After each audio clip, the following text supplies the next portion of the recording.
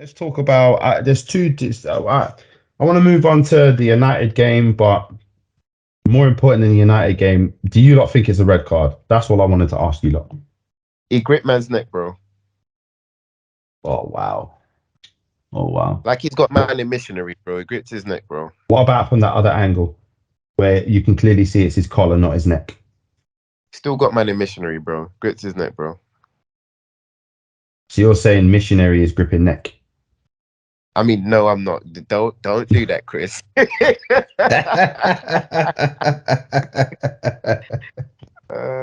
Dude. Nah, you can't put your hands around another player's neck and expect to stay in the field, man. What about Andre? Right. How are you putting his hands around Fred's neck? Yeah, he should get sent off as well. But that's Why didn't he? The discretion of the goalkeepers. That's not the goalkeepers. I mean, not the goalkeepers. Jesus Christ. Easy. The referee. That's all at the discretion of the referee. We can't control what the referees do. The referee didn't see it. The referee didn't see it. This is pure VAR. Yeah, no. When I say the referee, I mean the off-field referee as well. So VAR, they're all included in the refereeing team. So I have an issue. I agree with Eric Ten Hag's comments, whereby he doesn't have an issue with the red card. He has an issue with the consistency, and I'm sick and tired of this damn consistency. VAR. It's football. We all have a problem with consistency, man. It's always gonna happen. But go on, Chris. No. For me, it's not a red card. He's gripping his collar. He's not gripping. He's not got his hands around his neck. But if that's going to be a red card, you have to send off Andre Ayew. I don't know what you've seen, Chris. He's got his hands around his neck. There's two angles. There's two Chris, angles. Puz, there's two angles. Please don't argue with me on this. And what I mean by that is because you're saying with another. There's more than two angles actually. But he's got his hand around his neck. Everyone's in agreeing, apart from Man United fans. That's nonsense because Alan Shearer and Ian Wright on Match of the Day last night both said that he hasn't got his hands around his neck. They're not Manchester United fans. So okay, so given the view that the referee sees it from, is that a red card? Why hasn't he shown different views? Why has he only shown one view? The view that he's shown, is that a red card? Yes, yeah, it's a red card. There we go. So you can't blame the referee for what he's seen. I'm not blaming the referee. I'm blaming VAR for getting involved. But, yeah, we can have a conversation in regards to what they've showed him, what VAR showed him. I'm having a go at the consistency. I do not see why VAR felt the need to get involved in an incident which no one else got involved in. They are basically, in my opinion, opening themselves up, shooting themselves to foot for mass amount of criticism because of the inconsistencies. It didn't affect you guys. Still went on to win. Job done. It will, because we're now missing Casemiro for the Leeds double headers. And we needed him. I feel like this is justice for Casemiro because this guy has gone so many games, got away with so many silly fouls, and I'm not just talking Man United, without getting sent off. See, now people are catching him out, and he's going to get sent off. You come to the Premier League, mate, you can't do none of the nonsense you was doing in the Liga and getting away with it. That sounds like an agenda against Casemiro there, Puz, mate. That sounds like an agenda. Nah, but there's no President Perez here to help you. You do a madness, getting sent off. Listen. I think you need to stem what you're calling it, because you're calling it a madness and you're calling it he had his hands around his throat. He didn't, because from a different angle, you can clearly see Casemiro's got his hand on his collar. Not this. He's not doing this. He's doing this. There's a massive difference, Puz. Also, Chris, did Will Hughes react? That 96 goal wasn't over the line. What? There's going to be a where it wasn't over the line. What wasn't over the line? Yeah, over the line. The Japanese goal? No, the English goal. 96. Oh, no. I thought, forget that, because we didn't have goal line technology. You're better off talking about Japan against Germany. No, but I'm saying about angles. Yeah, no, so yeah, we're talking about angles. Like, you're basically saying that he had his hands like this around his throat. What I'm trying to say is No, he didn't. You can clearly see he had his hand like this. Puz, what I'm trying to say to you is, if Dangling though. Casemiro, it's not about angles. If Casemiro is choking the guy out, send Choked him him off. out. Had it But been he missionary, didn't put his hands on his neck. He had his hands on his bro. collar like this. So why was He, why was Hughes's face the way it was if he didn't have his hand around his neck? what are you talking about? Will Hughes and him hugged 2 seconds later and made up. Yeah, because Casemiro realized that he messed up. Nothing to hug him before the It's referee not sent him even off. about messing up. Puz, you're missing the point. You are Stonewall saying Casemiro choked him. He put his hands on his neck. He put his hands around his neck. So therefore, he should get sent off. That's your point. Bro, Casemiro Fine. had him in the middle position, fully control of him, and done a madness, bro. Fine. You're calling it a madness. You're calling it Yeah. hands around the neck. These are the words that you're using. However, unfortunately, you're just wrong.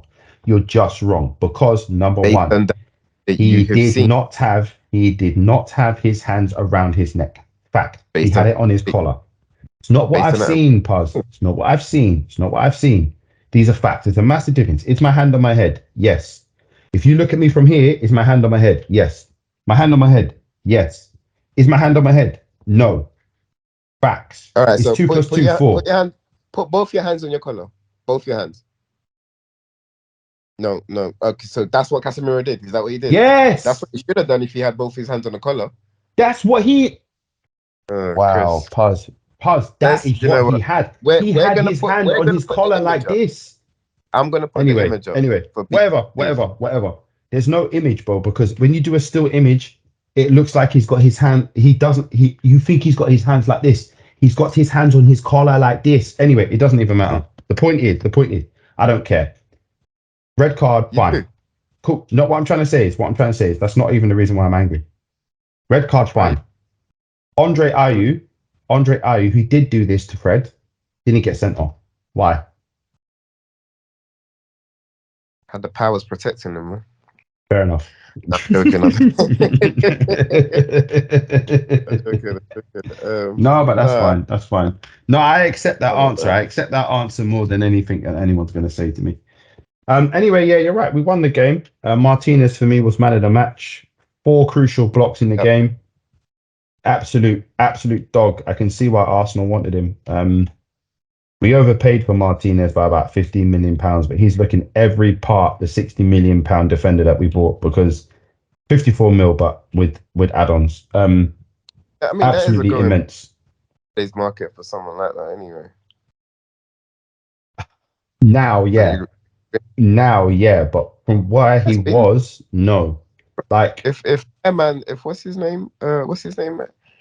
Harry Magriski is going for the price that he went for, bro. now, do you know what? But You I already know know what? that player's the Premiership, and this is going to be a good segue. How much did Bayern play for Gravenberch? Who? Exactly. Gravenberch was Ajax's number 1 CDM last season when he won the title with them under Erik ten Hag, and he went to. Well, and he's at Munich now. Yeah, Ryan Gravenberch. Transfer fee.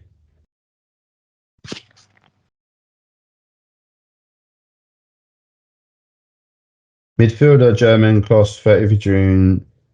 And transfer fee was 18.5 million due to potential add-ons fee to go up to 24 mil. All right, here, cool.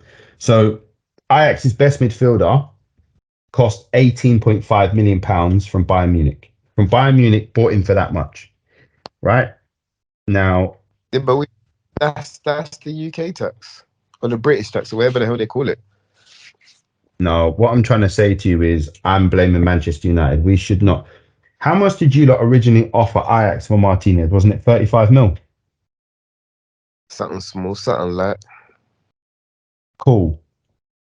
What I'm trying to say to you is at that moment in time, so we're going back to 2022, May, is Martinez a 55 million pounds defender? No, he's not. He's not. He was because we came in. Potential there. Huh? I said the potential was there. he is now. What I'm trying to say is he wasn't then. For me, he's a 40 million pound Yeah, but it defender. would We have been didn't even want a Martinez. We reason wanted why Timber in the end. We wanted Timber. there's a reason why United and Arsenal went in for him. Like, he must have been a Yeah, good player. I think we overpaid. And it's not that I think we overpaid. I know we overpaid. He was not a 55 million pound player. He looks like it now, but we overpaid. I don't even care really, but it's just another example of how crap Man United are at doing business. We're just useless for crap. We always overpay for players. We overpaid for But what's Anthony. We overpaid for Harry guys have Maguire. spent way more than City in the Huh? past 10 years? Huh? You guys have spent more than City in the 10 years. Yeah, because we're shit. Because we're shit. Because we've been overpaying for players. We overpay for players and we pay too much wages as well.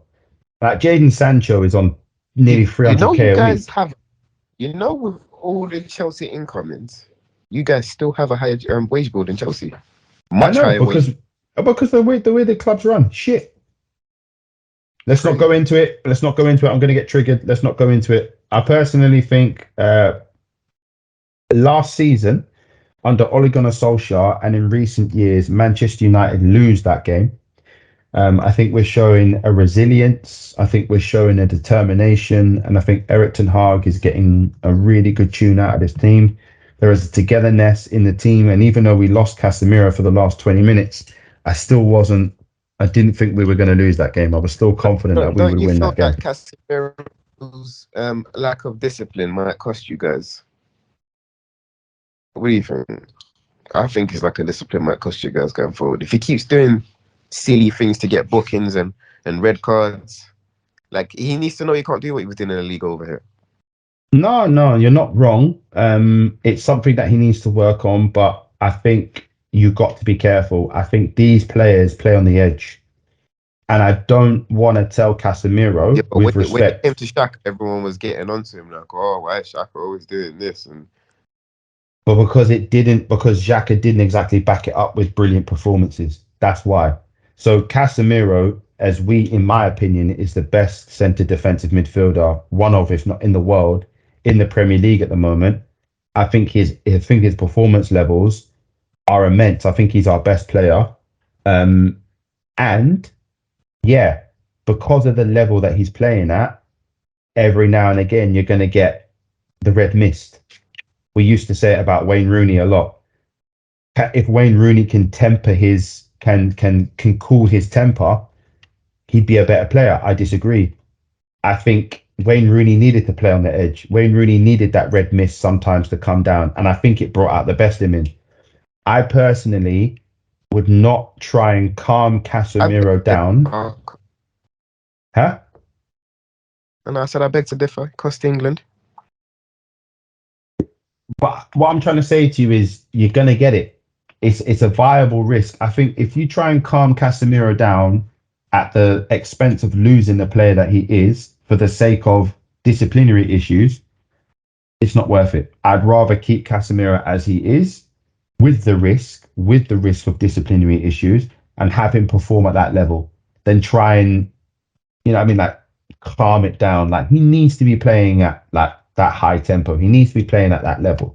And you're gonna get it. You're gonna get it. What I just don't like consistencies. How can Andy Carroll basically finish Ericsson's season and not even get a yellow card, but Casemiro gets a subjective red card?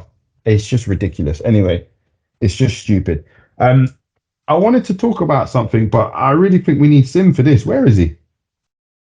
His battery died, but we need to get onto Chelsea now. Yeah, well, what's there really to say about Chelsea? All the incomings. Obviously, they're gonna gel at some point, but Are they?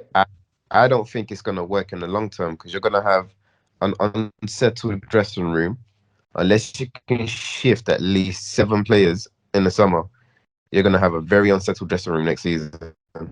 Yeah, but I said this in our last pod. I said that I think what they're doing is getting their business done early so that,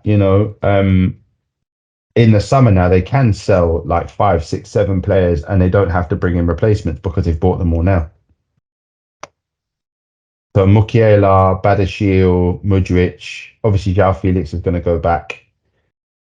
Fofana, all of these players that have come in Perez, Enzo. No, Enzo. Sorry, Enzo. What's his name? And Enzo Fernandez or Enzo Perez?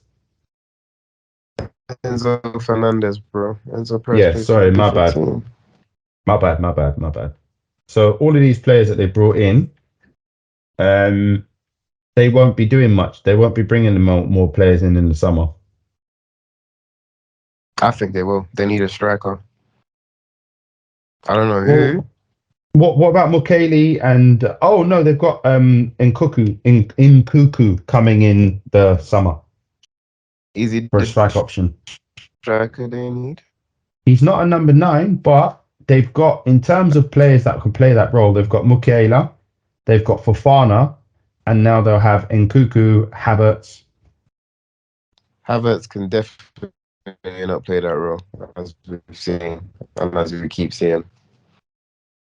He can't play that role.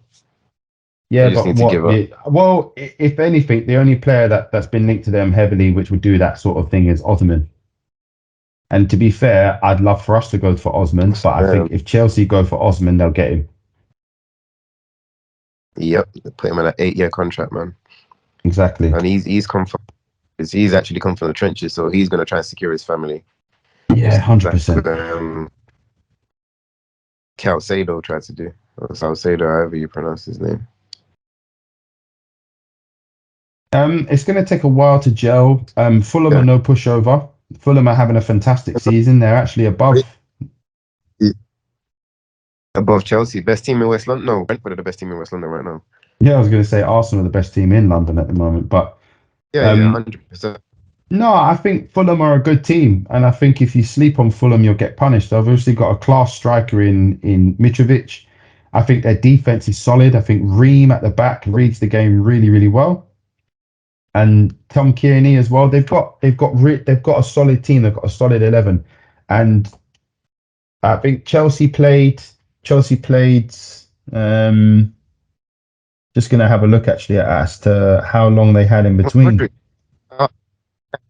For that game was terrible. After the little promise he showed against Liverpool, he was just, and he got talked off at half time, which is shocking. What's that? Mudryk. Yeah, well, we all know that their best player is João Felix, man. Yeah, I've even seen training videos of him, and I'm like, oh, this guy's madness. He is. João Felix's levels. So Fulham played on the 28th and then had 5 days before they played Chelsea. Whereas Chelsea, I'm just going to have a look. Chelsea had a big gap, you know. Ooh, Chelsea had a lot of time to plan for that game. I was trying to give Chelsea some credit there, but they last played on the 21st of January. They had like 12, 13 days. Wow. Okay. I don't know. João Pelina was excellent. Who? João Pelina, Fulham. Yeah. I want to get him. Don't think Fulham are going to let him go that easily. No, he just came.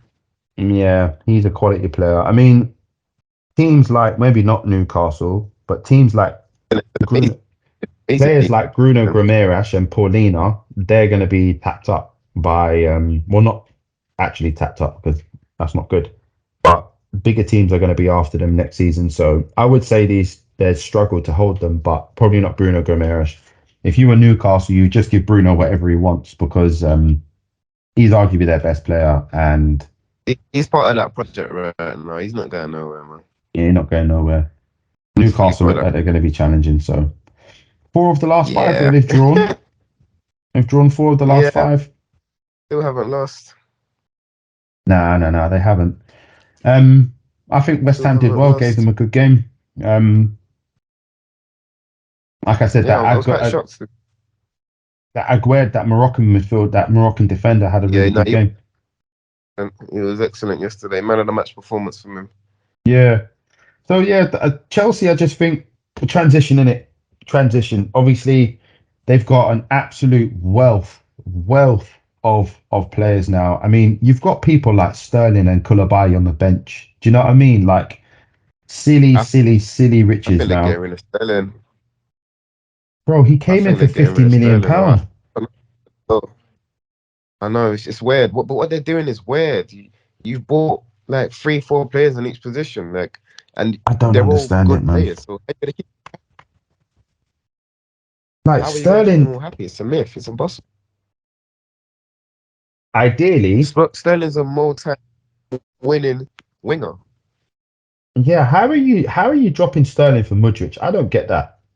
I don't get that. Even if Mudryk is your £100 million, he's come in. I don't get that. I don't get that. I think because of the physicalities that he felt Mudryk can bring to the game. No, but are you saying But hey, that Sterling's not physical? I don't think he's a good fit for Chelsea. But obviously, he just wanted to leave City at all costs. I don't think he's a good fit for Chelsea at all. But hey, Why? Why is me that? London get your way. Why is Sterling He not a just good doesn't fit? suit. But well, to be fair, we haven't really seen Graham Potter's style of play. We don't know Thank what you. about There for you go. Chelsea. Thank you. There you go. How can someone like Trossard, McAllister fit Potter's style and Sterling Right? can't? Yeah, but what he done with Brighton is different to what he's gonna try and do at Chelsea. You're right.